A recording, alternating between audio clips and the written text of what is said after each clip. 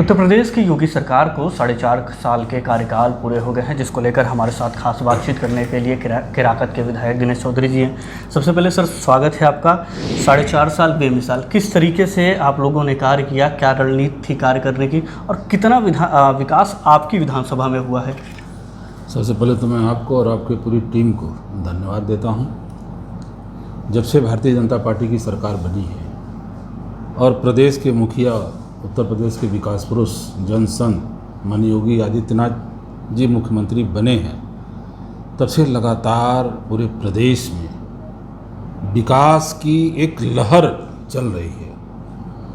और मैं भारतीय जनता पार्टी से विधायक हूँ। हमारे पार्टी का नारा है सबका साथ, सबका विकास और सबका विश्वास। उसी तारतम्य में मैं भी अपनी विधानसभा के लिए लगातार प्रयास कर रहा हूँ। 4.5 साल हुआ, जिसमें 2 साल मोटा मोटी कोरोना काल के वजह से थोड़ा सा अवरोध हुआ, लेकिन फिर भी अपने विधानसभा में मैं बहुत काम किया हूँ। जैसे महिला डिग्री कॉलेज मैंने बनाया 9 करोड़ की लागत से। कृषि विज्ञान केंद्र, जो हमारी सरकार का मेन विजन है कि किसानों की आय दुगनी की जाए, 3.5 करोड़ की लागत से 20 एकड़ में कृषि विज्ञान केंद्र अमहित में बनाया। युवा हमारे विधानसभा में बहुत हैं। राजकीय इंटर कॉलेज पचवर में 3.5 करोड़ की लागत से। मुख्यालय से मेरा विधानसभा 60 किलोमीटर 70 किलोमीटर दूर पे है और बॉर्डर एरिया है, आजमगढ़ बॉर्डर, गाजीपुर बॉर्डर और बनारस बॉर्डर। जब कहीं आग लग जाती थी तो यहाँ से फायर की गाड़ी जाते जाते, चाहे घर हो चाहे अनाज हो, सब एकदम सुहा हो जाते थे। तो जब मैं चुनाव प्रचार कर रहा था 2017 में, जनता की बहुत मांग थी, तो मैंने वादा किया था कि मेरी सरकार बनेगी, अगर मैं विधायक बना तो ये प्रथम वरीयता रहेगी फायर स्टेशन का। तो हुरहुरी में 8 करोड़ की लागत से फायर स्टेशन मेरा बन रहा है। 626 किलोमीटर पीडब्ल्यूडी की सड़क, जो 139 करोड़ की लागत से अब तक मैं बनवा चुका हूँ। अभी और भी समय है हमारे पास 4-5 महीने का, और लगभग 150-200 किलोमीटर और हम सड़क बनाएंगे। सड़क की तो हमने जाल बिछा दिया है अपने विधानसभा में। PMJSY की 11 सड़क, जो 41 करोड़ लागत से बनना चालू हो गई है मेरे विधानसभा में।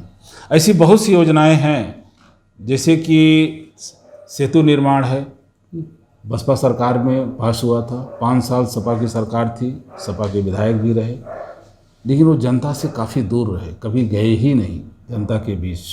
जनता के बीच जाते तो जनता मांग करती, लेकिन न उनकी सरकार जनता का कोई काम की, न वो कभी काम किए। मेरी सरकार बनी, मैंने माननीय मुख्यमंत्री जी से कहा, निवेदन किया, 2 पुल, एक पसेवा घाट, एक बड़ेरी घाट, 32 करोड़ रुपया माननीय मुख्यमंत्री जी ने पास किया। एक पुल मेरा पसेवा कंप्लीट हो चुका है और दूसरा भड़ेरी घाट वाला पुल मेरा दिसंबर महीने तक कंप्लीट हो जाएगा। अगर 4.5 साल के कार्यकाल देखे जाएं तो तीन सबसे बड़ी योजनाएं जो हैं आपने अपनी बदौलत विधानसभा में लाने का कार्य किया है। सड़कें तो ठीक हैं, आपने बिछाया जाल, लेकिन 3 ऐसी कौन सी योजनाएं हैं जो आप लाए हैं, आपने अपनी मेहनत पर लाया? राजकीय महिला विद्यालय जो 9 करोड़ की लागत से है। गांव में कक्षा 12 तक तो गार्जियन पढ़ा लेते हैं बच्चियों को, लेकिन कक्षा 12 के बाद कॉलेज में जब भेजने की बात आती है तो या तो दूरी की वजह से या तो माहौल की वजह से लोग नहीं भेजते। बच्चियां, हमारी लड़कियां बहुत हमारे देश में बढ़ चढ़ के काम कर रही हैं। तो राजकीय महिला विद्यालय हमने बनवा दिया है और बहुत जल्द उसका मैं उद्घाटन करूँगा। दूसरा 3.5 करोड़ का मैंने बताया ही, राजकीय इंटर कॉलेज। फायर स्टेशन जो 9 करोड़ की है, 8 करोड़ की है। कृषि विज्ञान केंद्र, जो किसानों की आय दुगनी करने के लिए सरकार हमारी रात दिन एक बहुत सी योजनाएं चला रही है। अमृत में ऑलरेडी एक कृषि विज्ञान केंद्र है, एक और कृषि विज्ञान केंद्र मैं अमहित में अपने विधानसभा में बनवा रहा हूँ। देश के लिए वीरों ने आपका एक ऐसा गांव है सेनापुर जहां पर अपना बलिदान दिया था। पिछली सरकारों की अपेक्षाएं थी, उनके शिकार हुए, उसको लेकर आपकी ओर से क्या कदम उठाए गए थे? क्योंकि सेनापुर में करीब 16 लोग वहां पर मेरी जानकारी के अनुसार शहीद हुए थे देश के लिए, लेकिन हालात बड़े ख़राब थे। उसको लेकर आपके द्वारा क्या उठाया गया था कदम? देखिए, जब से देश आज़ाद हुआ है उसके बाद से बहुत से विधायक आए, बहुत से सांसद आए गए, पर कभी किसी ने शहीदों का सम्मान नहीं किया। और जब से भारतीय जनता पार्टी की सरकार बनी है, चाहे शहीद हों चाहे खिलाड़ी हों, सबका सम्मान करती है। सेनापुर में 15 लोग अंग्रेज़ों द्वारा पेड़ पे रस्सी बांध के उनको फांसी दी गई थी, और ये 15 लोग अंग्रेज़ों का छक्का छुड़ा दिए थे, लेकिन कभी किसी ने सम्मान नहीं किया। जब भारतीय जनता पार्टी की सरकार बनी, हमारे माननीय मुख्यमंत्री जी मुख्यमंत्री बने, योगी आदित्यनाथ जी, और मैं केराकत से विधायक बना, तो चूँकि हमारी पार्टी का सोच है शहीदों का सम्मान करना, तो उसी क्रम में मैंने भी 51 फुट का राष्ट्रीय ध्वज, चारों तरफ से बाउंड्री के किनारे किनारे चारों तरफ से पथ, बच्चों को खेलने के लिए, एक्सरसाइज करने के लिए जिम, वॉलीबॉल, बैडमिंटन, बास्केटबॉल, सब वहाँ एकदम बनाया हूँ। अब मैं वहाँ लाइब्रेरी बनाने जा रहा हूँ, क्योंकि पुराने विरासत को जो आज की नई पीढ़ी है धीरे धीरे भूलती जा रही है। लोग याद करें कि किसकी वजह से आज हम आज़ाद हैं, तो ये लोग शहीद हुए, हमारे देश के लिए शहीद हुए हैं। आज उन्हीं की वजह से आज मैं विधायक हूँ, बहुत से प्रधान हैं, बहुत से सांसद हैं, बहुत से मंत्री हैं, तो उनके लिए मैंने किया। आज पूरा विधानसभा का पूरा जिला गुणगान करता है भारतीय जनता पार्टी का। 2 साल कोरोना काल, कितनी चुनौतियां थीं? बहुत बड़ी चुनौती थी, तो पूरे विश्व में बहुत बड़ा भयंकर महामारी था हमारे कोरोना काल का। और हम लोग तो भाग्यशाली हैं कि ऐसे यशस्वी प्रधानमंत्री माननीय मोदी जी हमारे देश के प्रधानमंत्री और हमारे माननीय मुख्यमंत्री महोदय मिले हैं। हम लोग तो उनको एकदम तहे दिल से धन्यवाद देते हैं कि, और भाग्यशाली हम लोग हैं कि ऐसे हमारे यशस्वी प्रधानमंत्री और ऐसे हमारे माननीय मुख्यमंत्री जी मिले हैं, जिनकी वजह से इतना बड़ा राज्य, इतना बड़ा देश होने के बाद भी बहुत सुरक्षित हैं। हमसे कम आबादी वाले देश, जहाँ सारी व्यवस्थाएं थी, सारी सुविधाएं थी, हमसे ज़्यादा मृत्यु दर है। और इतना बड़ा देश होने के बाद भी, इतनी बड़ी आबादी होने के बाद भी हमारी मृत्यु दर बहुत कम है। मैं अपने विधानसभा में मास्क, सैनिटाइजर और फ्री का राशन जो सरकार द्वारा चलाया जा रहा था, जा के बंटवाया हूँ। और जो कोरोना काल में लगे हुए थे, चाहे हमारे पुलिस प्रशासन हो, चाहे स्वास्थ्य विभाग हो, चाहे प्रशासन हो, सारे लोगों को उत्साहित करने के लिए माला पहनाया, आरती उतारा, और अपने सम्मानित पदाधिकारी हों, कार्यकर्ता हैं, सबको गमछा ओढ़ा के सम्मान किया और उनको उत्साहित किया कि आप लोगों की वजह से मेरा विधानसभा बहुत सुरक्षित है। और मेरे विधानसभा में मात्र 2 लोग कोरोना से मरे हैं। इतना बड़ा विधानसभा, जिले की सबसे बड़ी विधानसभा है, मात्र 2 लोग कोरोना से मरे हैं, और बाकी लोग कोई अपनी मृत्यु से मरा है, कोई हार्ट अटैक से मरा, वो अलग चीज़ है।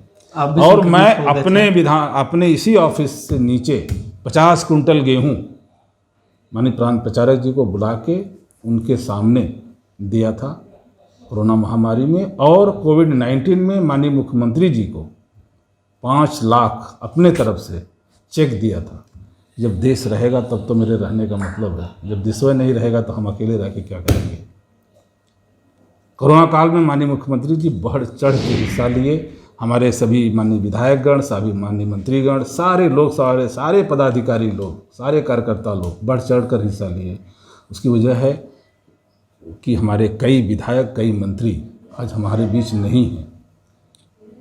सपा के विधायक हो, चाहे बसपा के विधायक हो, चाहे कांग्रेस के, कोई निकला? कहीं निकला? कहीं नहीं निकला। सब दुम छिपा के अंदर बैठे थे। जब वैक्सीन लगाने की बात आई तो यही सपा के नेता लोग कहते थे कि ये भाजपा का वैक्सीन है, तब वैक्सीन लगवाने लगे। अरे मैं अपने विधानसभा में कैंप लगा के वैक्सीन लगवाया, और वहाँ कोई जो एक विशेष वर्ग है, अरे नहीं ये तो भाजपा का वैक्सीन हम नहीं लगवाएंगे। लेकिन जब मरने लगे, जब चारों तरफ से हल्ला हो गया, तब वैक्सीन लगवाना शुरू हो गया। अभी भी तो अखिलेश यादव कह रहे हैं जब तक संपूर्ण देशवासियों को वैक्सीन नहीं लग जाएगी तो हम वैक्सीन नहीं लगवाएंगे। अब उनके पिताजी लगवाए कि नहीं लगवाए? और लोग उनके लगवाए कि नहीं लगवाए। फिर वह 6 महीने बाद चुनाव है, इस बार आपके मुद्दे क्या रहेंगे? विकास के मुद्दे रहेंगे या अन्य कोई मुद्दे रहेंगे जो 4.5 साल में आपका छूट गया हो विकास? नहीं, 4.5 साल में मुझे मात्र 2 साल ही मिला है काम करने को। काफ़ी मैंने काम किया, फिर भी अभी कुछ काम मेरे बचे हुए हैं। मेरा युवाओं का विधानसभा है, हालांकि मेरे देश में युवाओं की संख्या ज़्यादा है और हमारी सरकार युवाओं के लिए बहुत सी योजनाएं चला रही हैं। तो मेरे अभी ITI जैसे बचा हुआ है, स्टेडियम बचा हुआ है, कई योजनाएं बची हैं अभी हमारे विधानसभा में जो करना है। और माननीय मुख्यमंत्री जी से निवेदन किया हूं और मुझे उम्मीद है, मुझे भरोसा है कि उसको भी वो पास करके हमको अनुमति दे देंगे बनाने के लिए। और उस ITI के लिए मैंने ज़मीन भी 4 एकड़ ITI के नाम से दर्ज करा के रिजर्व रख लिया है। इस बार आपकी चुनाव की रणनीति क्या है? किस तरीके से मैदान में उतरेंगे? देखिए, मैं अपने और कहाँ से उतरेंगे मैदान में? मेरे पार्टी का जो नारा है सबका साथ, सबका विकास और सबका विश्वास, इसी नीति पे काम कर रही है और हम लोग भी उसी नीति पे काम कर रहे हैं। कोई भेदभाव नहीं, कोई जात पात नहीं, न हिंदू न मुसलमान, सबका काम करना है, सबका काम हम लोग कर रहे हैं। और यही लेके मुझे विश्वास है, सारे लोग उत्साहित हैं, सारे लोग एक मन बना लिए हैं कि नहीं, मुझे भाजपा की सरकार बनानी है, चाहे हिंदू हो चाहे मुसलमान हो। मेरे विधानसभा में सारे लोग उत्साहित हैं। यही लेके मैं फिर 2022 में चुनाव लड़ूंगा और अब की पिछली बार से ज़्यादा सीट लेकर सरकार बनाएंगे हम भारतीय जनता पार्टी की। आपकी कौन सी विधानसभाएं रहेंगी? मेरी किराकत विधानसभा, अगर पार्टी मुझे लड़ाती है तो मैं उस पर लड़ूंगा, नहीं पार्टी अगर किसी और को लड़ाती है तो उसको एकदम दमदारी से जिताऊंगा। निश्चित ये थे केराकत के विधायक दिनेश चौधरी जी, जिन्होंने बताया कि हमारी सरकार जो है सबका साथ और सबका विकास के साथ कार्य कर रही है। वीडियो जर्नलिस्ट प्रमोद के साथ जय भारत, जौनपुर।